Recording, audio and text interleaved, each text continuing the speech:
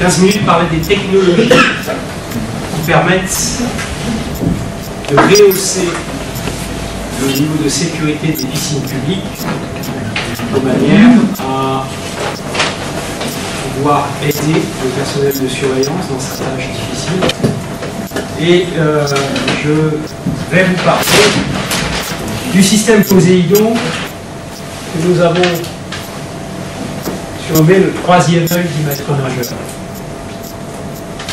Alors, troisième œil du maître nageur parce que il est clair que le système n'est pas conçu pour renforcer le personnel de surveillance. Il est simplement là pour l'aider dans une mission difficile et je dirais même, au regard de la thématique de l'atelier, de plus en plus difficile. Lorsque l'on voit les nouvelles piscines publiques, de par leur architecture, on constate que les baies vitrées sont de surface de plus en plus importantes. On constate que certains choix de matériaux, on voit de plus en plus de bassins en inox, peuvent avoir une influence en termes de lumière, un effet noir, côté son, etc. Que toute cette évolution en matière de conception ne facilite pas la tâche du personnel de surveillance.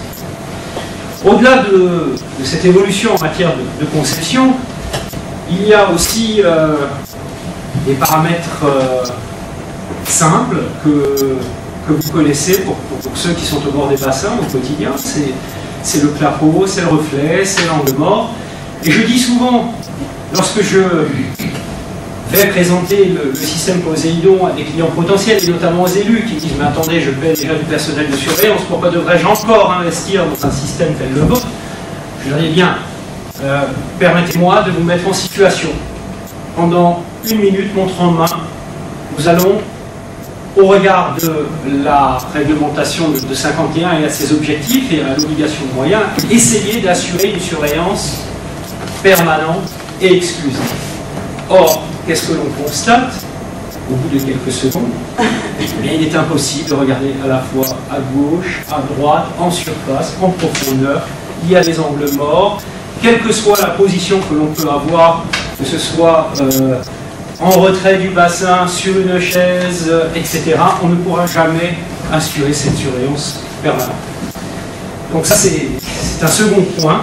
Et enfin, je ne vais pas développer ce sujet, il est développé dans un autre atelier, il y a les limites intrinsèques à la vigilance humaine, puisque je fais souvent le parallèle avec les contrôleurs aériens. J'ai eu l'occasion de visiter un contrôle aérien.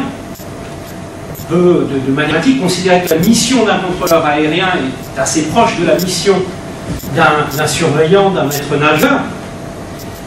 Le contrôleur aérien travaille dans un local climatisé, insonorisé, et il dispose depuis toujours d'outils technologiques pour aider dans sa tâche. Le maître nageur travaille dans des températures élevées, souvent dans un environnement bruyant. Pourquoi lui aussi ne bénéficierait-il pas d'un outil technologique pour l'aider dans sa tâche? Le problème de fond, on l'a posé ainsi. Alors, il y a un certain nombre d'études, effectivement, des études relatives à la vigilance, telles ce qu'est en train de présenter le professeur Mollard dans l'atelier 3.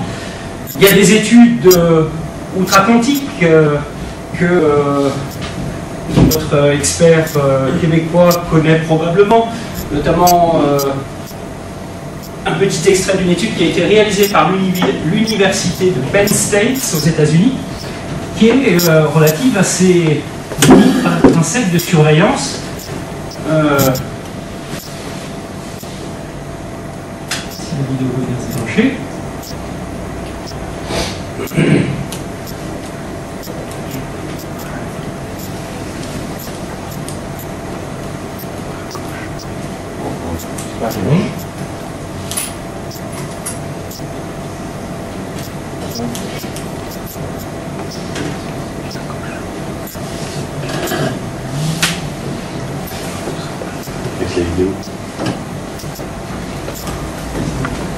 Autrement,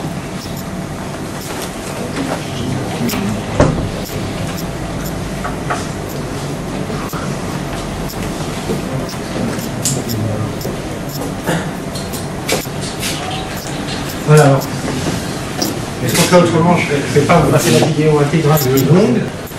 Je vais juste vous montrer quelques extraits. Notamment cet exercice-là, qui est relatif à l'impact du nombre de nageurs sur le plateau en surface, et donc sur les difficultés de balayage visuel du fond du bassin. Donc vous voyez la flèche jaune qui vous permet de positionner le mannequin destiné à l'exercice. Et on voit, voilà, qu'avec un nageur par ligne, il devient très difficile d'identifier ce mannequin. C'est une étude rigoureuse puisque réalisée par un département reconnu aux États-Unis en la matière.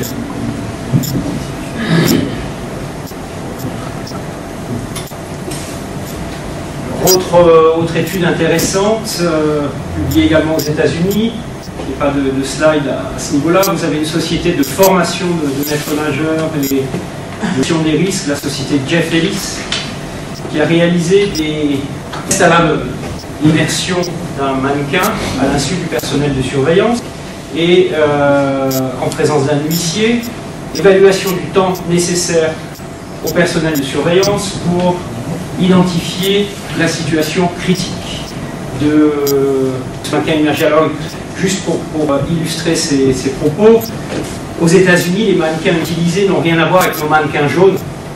Ils ont une véritable apparence humaine. Ils ont des membres articulés, une couleur chair, des cheveux.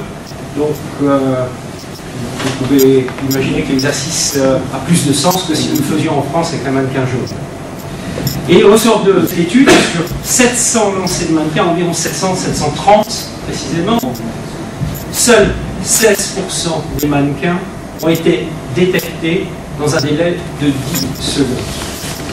Pourquoi je prends ce délai de 10 secondes comme délai de référence? Puisque le standard mondial en matière de prévention des noyades, c'est en anglais the 10-20 rule, 10 secondes pour détecter, 20 secondes pour porter secours. Voilà. Eh bien, ce que nous proposons, c'est de vous aider à tendre vers ce standard, puisque contractuellement, nous nous engageons à détecter 80% des situations anormales, plus de 80% des situations anormales dans un délai de 10 secondes. Pour ce faire, comment va-t-on procéder? On va utiliser des caméras aériennes très spécifiques, combinaison de caméras avec des filtres, de caméras infrarouges, qui vont être disposées en périphérie de bassin. Ces caméras aériennes sont destinées à surveiller les zones d'une profondeur de 60 cm à plus ou moins 2,50 m. Les caméras subaquatiques pour les zones dont la profondeur est supérieure à 2,50 m. Ces caméras subaquatiques ont un design très particulier. Elles viennent en applique sur la paroi de manière à avoir une vision à 180 degrés, sans angle mort. Parce que bien entendu, placer par exemple une caméra standard derrière un rideau, une hérésie, on ne verrait que le centre du bassin. Et les points les plus délicats, tels que les noyades au droit de la paroi, ne pourraient pas être vus. Pourquoi une combinaison de caméras aériennes et de caméras subaquatiques? À l'origine, en 1999, lorsque nous avions installé notre premier système, bien évidemment, nous avions commencé par n'utiliser que des caméras subaquatiques. Or, je parlais à l'instant de fréquentation. Imaginez un bassin classique, un 25-15 d'une profondeur de l'ordre de plus ou moins 1,80 m, gros standard français. Eh bien, si vous avez du monde dans le bassin, comme cette caméra subaquatique, on ne peut pas la mettre au fond de manière à ce qu'elle ait un champ visuel important. On va la relever à minima à 80 cm du fond, idéalement à 1 mètre du fond. Donc 1,80 m, si on la remonte à 80 cm, il ne reste plus qu'à 1 mètre. On remonte à 1 mètre, il ne reste plus que 80 cm. Elle va être en permanence masquée. Masquée par les jambes des baigneurs, qui vont être parfois en position stationnaire au droit de la plage. Et de fait, la probabilité de détecter va être relativement faible. Toutes ces caméras sont reliées à une unité centrale informatique et bien entendu, la valeur ajoutée du système, c'est le logiciel. C'est un logiciel qui est paramétré sur mesure, qui va prendre en compte les caractéristiques du bassin. En fait, on le reconstruit virtuellement en 3 dimensions. Il va prendre en compte la texture du bassin. Est-ce qu'on a travaillé sur du carrelage? Est-ce qu'on a travaillé sur de l'inox? Il va prendre en compte les conditions de lumière à différents moments de la journée. Lumière naturelle, position du soleil en fonction des saisons, etc. Et il va être en mesure d'alerter dès lors qu'une personne sera immobile ou quasi immobile au fond du bassin, en disant au personnel de surveillance, attention, à tel endroit du bassin, il y a peut-être une personne en danger, à toi d'évaluer s'il est nécessaire ou non d'intervenir, et d'intervenir le plus rapidement possible. Pour ce faire, le maître nageur va disposer sur un écran de surveillance Tropicali installé en périphérie directe du bassin, de différentes images de la scène, du temps qui s'écoule depuis le début de l'incident, et des coordonnées exactes. En l'occurrence, on a toujours un angle de référence, et on peut, à partir de là, si on vit alerte à 15 par 3, savoir que l'accident se produit à ce niveau-là, qui a 3 mètres à l'intérieur. Ces informations sont également relayées sur un panneau d'affichage. Et il y a bien entendu également une alerte sonore.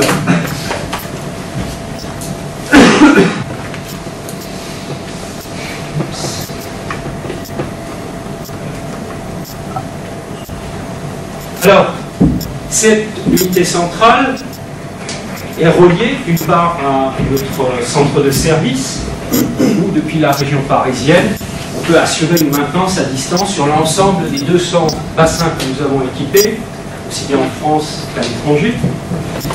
Ça permet éventuellement de corriger un problème de bug informatique en temps réel sur simple appel de nos clients. Ça permet aussi d'analyser les performances, puisqu'à posteriori, on va dépouiller un certain nombre d'informations, le nombre d'alertes, est-ce qu'elles ont eu lieu pendant les heures d'ouverture au public, etc., etc. Ça permet aussi à nos clients, par exemple, nous avons certains clients, je vais prendre l'exemple le plus flagrant en France, de Paris, qui dispose du système dans plus d'une dizaine de pays, d'assurer, on va dire, un management à distance, de savoir si le système est utilisé dans telle ou telle piscine, de quelle heure à quelle heure, le nombre d'alertes qu'il y a eu, les opérations de maintenance, etc., etc.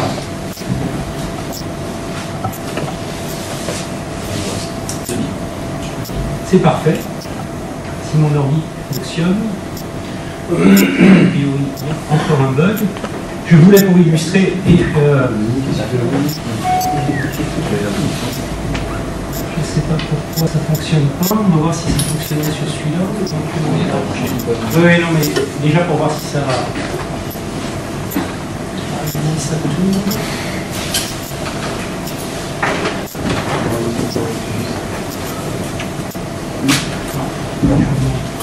Une seconde.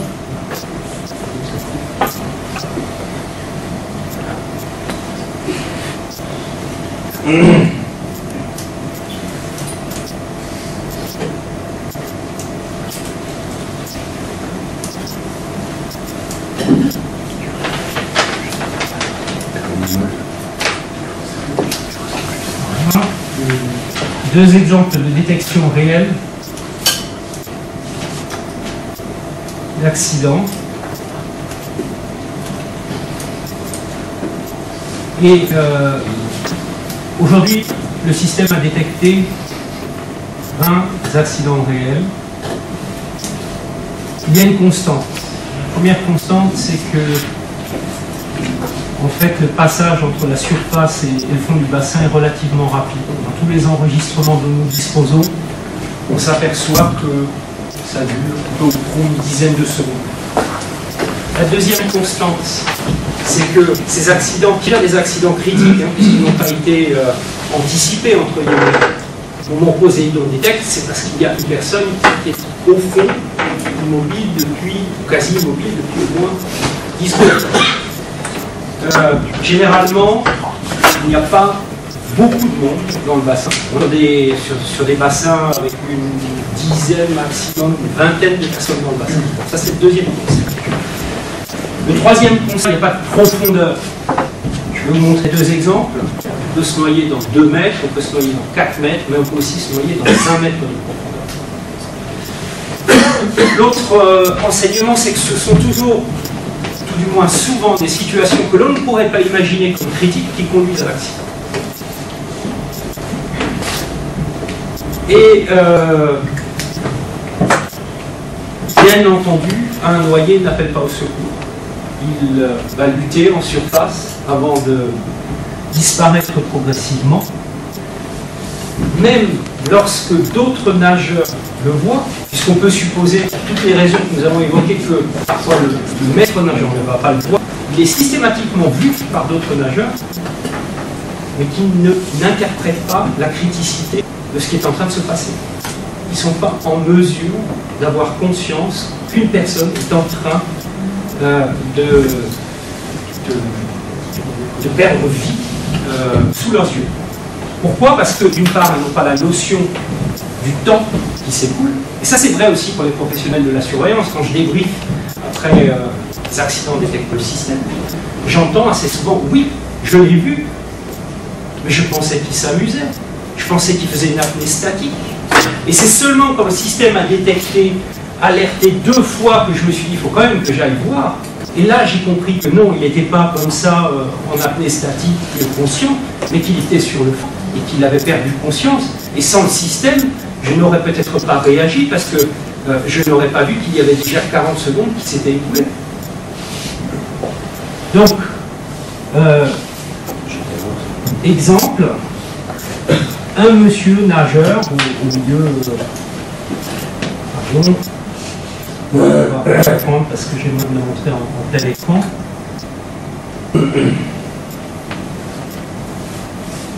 Voilà. Un nageur qui nage pendant une demi-heure, qui fait des allers-retours. Une trentaine d'années, sportif. Vous voyez juste quelques nageurs dans le bassin. Un maître nageur qui donne une leçon là, à proximité, et le maître nageur en surveillant au milieu, logique, bassin de 25 mètres, à 12 mètres 50, déclenchement d'alerte.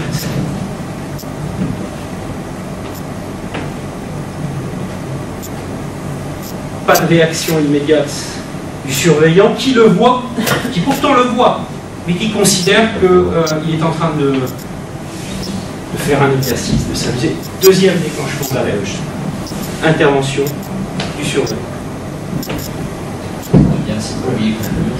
Oui.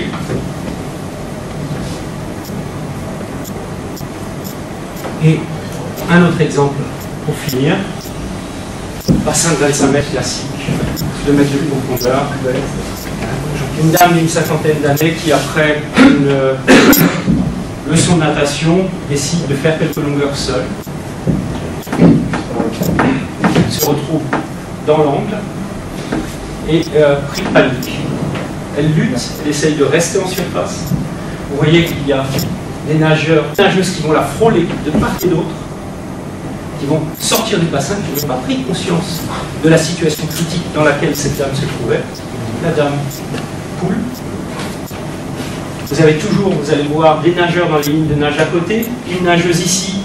On voit qu'elle ne maîtrise pas très bien les techniques de la nage, celle-ci, donc elle est concentrée sur ce qu'elle fait. Et à contrario, dans la 3e ligne de nage, une nageuse plutôt sportive, donc concentrée sur sa performance. La dame se débat, elle lutte. Le système déclenche l'alarme. Ça se passe dans l'angle. Le maître nageur était là, angle mort. Impossibilité pour lui de voir cette personne en détresse. Je peux vous poser une question? Oui. Le système se déclenche au bout de combien de temps? 10 secondes. Et en 10 secondes, le corps est au fond de l'eau comme c'est 10 secondes. Oui, c'est ce que je vous disais tout à l'heure. Sur la vingtaine d'accidents que nous avons détectés, majoritairement, entre le moment où la personne quitte la surface, quelles qu'en soient les raisons. Pardon? Non, pardon. Continue. Entre le moment où la personne quitte la surface, hein, donc là, et le moment où on est au fond, c'est grosso modo plus ou moins 10 secondes. Vous savez, la théorie du nage entre deux eaux, je ne l'ai pas encore détectée. Hein. Tout ce que je détecte, c'est des gens qui descendent rapidement et qui se retrouvent au fond en grosso modo 10 secondes. J'ai jamais vu quelqu'un crier non plus. C'est à peu près toujours le même schéma. Voilà, je vous remercie pour votre attention. Merci.